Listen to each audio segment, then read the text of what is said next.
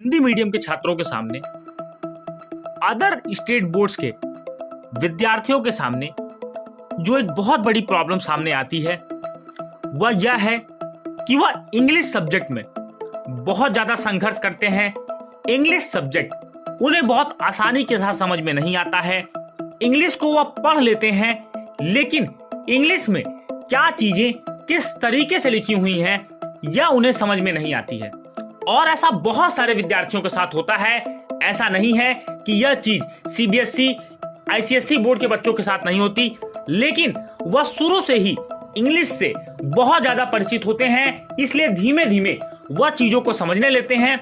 लेकिन other state board के बच्चे जो अदर बोर्ड से पढ़ रहे होते हैं, चाहे वह यूपी बोर्ड, बिहार बोर्ड, यह बच्चे इंग्लिश में बहुत ज्यादा स्ट्रगल करते हैं। इसका कारण है कि उन्हें इंग्लिश समझ में नहीं आती है। इसके लिए सबसे पहले आपको बहुत ज्यादा डरना नहीं है, घबराना नहीं है, इंग्लिश का एक हवा नहीं बनाना है। इंग्लिश बहुत ही बेहतरीन, बहुत ही आसान और बहुत ही शानदार लैंग्वेज है।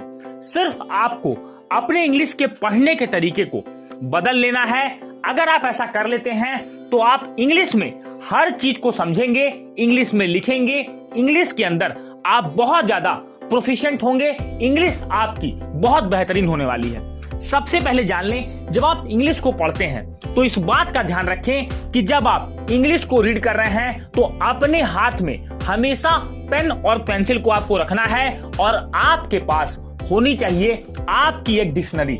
डिक्शनरी के अंदर आपको जो भी वर्ड टफ लगता है उस वर्ड को पहले आप अंडरलाइन करें। उस वर्ड की मीनिंग इंग्लिश टू इंग्लिश और इंग्लिश टू हिंदी या फिर जिस लैंग्वेज में आपके और सब्जेक्ट्स होते हैं उस लैंग्वेज में आप उसके मीनिंग को नोट करें, क्योंकि जब आप इंग्लिश के वर्ड्स को, उनकी मीनिंग को जानेंगे तब आपके लिए इंग्लिश को पढ़ना, इंग्लिश को समझना, तब आपके लिए चीजें बहुत आसान हो जाएंगी।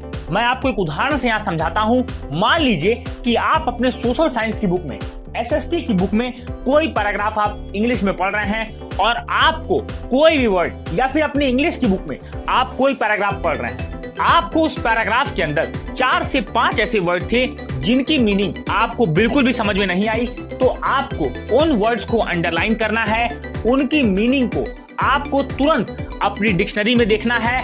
और साथ ही साथ आप चाहें तो ऑनलाइन ऐसी बहुत सारी डिक्शनरी की फ्री एप्स आती हैं जो आपको शब्दों के सही मतलब, स्टैंडर्ड मतलब आपको बताती हैं, तो उन्हें आपको नोट करना है और उन वर्ड्स को आपको बार बार रिवाइज करना है। उनकी मीनिंग को अपने बुक के जहां पर आपने वर्ड को अंडरलाइन किया, आप पेंसिल से, पेन से उनकी मीनिंग को आपको लिखना है। इसके बाद आपको चीजों को कनेक्ट करते हुए पढ़ना है। दोस्तों, इंग्लिश कोई एक ऐसा सब्जेक्ट नहीं है जो आपको एक दिन में आ जाएगा। आप जब इसके अंदर धीमे धीमे मेहनत करेंगे तभी आप इंग्लिश को बहुत बेहतरीन तरीके से सीख लेंगे। और जब आपने इंग्लिश को पढ़ना, इंग्लिश को समझना सीख लिया तो बहुत सारी चीजें आपके लिए आसान हो जाएंगी। मैं एक दूसरे उदाहरण से आपको समझाता हूं। बहुत सारे विद्यार्थी मैथमेटिक्स के अंदर बहुत तेज होते हैं, लेकिन वह इक्वेशन वाले क्वेश्चंस को बहुत आसानी से बना लेते हैं, लेकिन जब वर्ड प्रॉब्लम की बात आती है तो कई बार उनकी वोकैब, उनका शब्दकोश बहुत कमजोर होता है और वह सवालों को सॉल्व नहीं कर पाते। तो इसके लिए भी आपको सेम चीज यूज करनी है। जो भी वर्ड आपको आपके वर्ड प्रॉब्लम में समझ में नहीं आता है उस वर्ड को अंडरलाइन करें, उसकी मीनिंग खोजें और फिर आप उस क्वेश्चन के सॉल्यूशन की तरफ बढ़ें।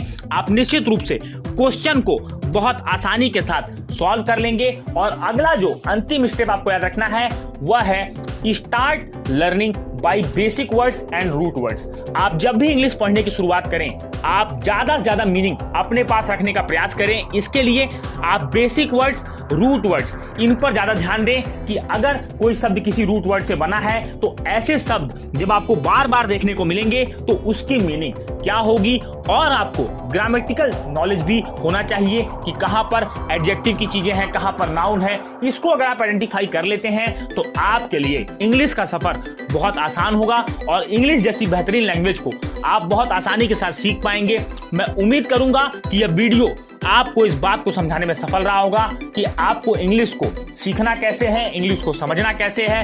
वीडियो आपको अच्छा लगा, वीडियो को लाइक करें। अपने चैनल पर आप पहली बार आ रहे हैं तो आपके अपने चैनल एपीएन क्लासेस को सब्सक्राइब करें, नोटिफिकेशन बेल को टैप करें। मिलेंगे अपने अगले वीडियो में, तब तक के लिए जय हिंद, वंदे मातरम।